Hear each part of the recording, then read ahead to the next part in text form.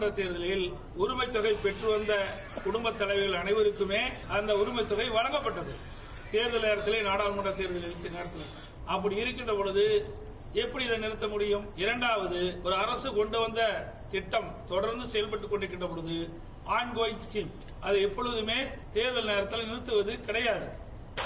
அந்த அடிப்படையில் தான் 2024 ஆண்டு நடைபெற்ற நாடாளுமன்ற தேர்தலிலும் அவர்களுக்கு வழங்கப்பட்டு வந்த உரிமை தொகை குடும்பத் தலைவிக்கு தொடர்ந்து வழங்கப்பட்டது. ஆனால் திரு ஸ்டாலின் அவர்கள் தேர்தல் தோல்வியின் பயமாக தேர்தலிலே நடைபெறுகின்ற சட்டமன்ற பொதுத் தேர்தலிலே தோற்றுவிடுவோம் என்ற காரணத்தினால் இந்த அறிவிப்பை வெளியிட்டிருக்கின்றார். அதுவும் குடும்பத் தலைவிக்கு பிப்ரவரி மாதம் தானாக கிடைக்கும், மார்ச் மாதம் கிடைக்கும், ஏப்ரல் மாதம் கிடைக்கும். இருந்தாலும் இந்த 3 மாத தொகையும் முன்பணமாக கொடுத்து அதோட கோடைகால சிறப்பு தொகுப்பு ஒன்று கொடுத்து அவருடைய வாக்குகளை பெறுவதற்காக இப்படிப்பட்ட ஒரு நாடகத்தை அரங்கேற்றுகின்றார். இன்றைக்கு திராவிட முன்னேற்ற கழகம் மக்களுடைய செல்வாக்கு இழந்துவிட்டது.